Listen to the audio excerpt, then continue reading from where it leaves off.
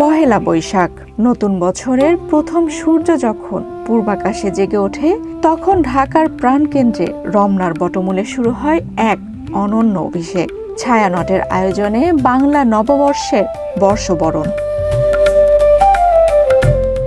1961 সাল, রবীন্দ্র জন্মশতবর্ষ পালনের মধ্যে দিয়ে শুরু হয় বাঙালির সাংস্কৃতিক অধিকার আদায়ের আন্দোলন, যা পরে পুরো 60-এর দশক জুড়ে বহু বিস্তৃত হয়ে বাংলাদেশে অবিশ্বাস্য এক গণজাগরণ সৃষ্টি করেছিল।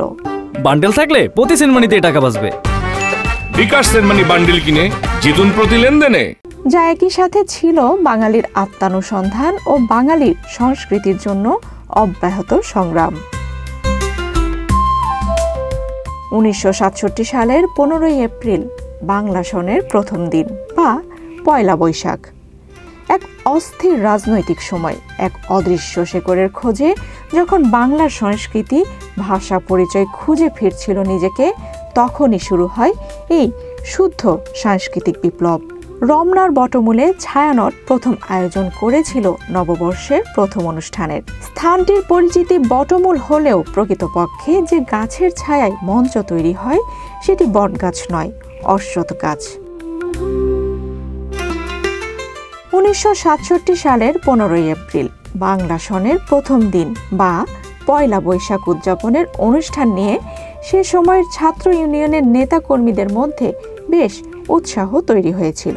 31/1 হোসেনি দালান রোডের কার্যালয়ে সারা রাত জেগে ও আশপাশ থেকে কিছু ফুল, কিছু গাছের পাতা, ডালসহ কিছু বেলুন নিয়ে 100 থেকে 150 ছাত্র মিছিল করে ছায়ানটের প্রথম পয়লা বৈশাখের অনুষ্ঠানে হাজির হয়েছিল। সামনে ছিল ব্যানার, এসো হে বৈশাখ, এসো এসো। প্রতি বছর পহেলা বৈশাখের সকালে পাখির কলতান আর মানুষের প্রার্থনায় মুখরিত হয় পুরো রমনা উদ্যান।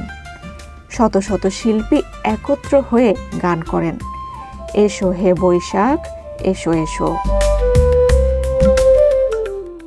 এই অনুষ্ঠান শুধু গানের আসর নয়, এটি বাঙালির সাহস, স্বাতন্ত্র্য, ধর্মনিরপেক্ষতার অনুপম অভিব্যক্তি, যেখানে সবাই মিলে বলে, আমি বাঙালি, আমি আদিবাসী, পহেলা বৈশাখ আমার অহংকার। ছায়ানটের এই আয়োজন আজ শুধু ঢাকার নয়, এটি বাংলাদেশের সংস্কৃতির প্রতীক। নতুন বছরের প্রতিটি সকাল যেন রমনার ছায়ায় ভেজা, আশার বার্তা নিয়ে মনন ও মর্মে সুর বয়ে আনে। এই তো বাংলা নববর্ষ, শুধু দিন বদলানো নয়, আত্মার নতুন সূচনা। রমনার বটমূল যেন আমাদের এক চিরন্তন ঠিকানা। ছায়ানটের গানে বাজে আগামী দিনের ডাক।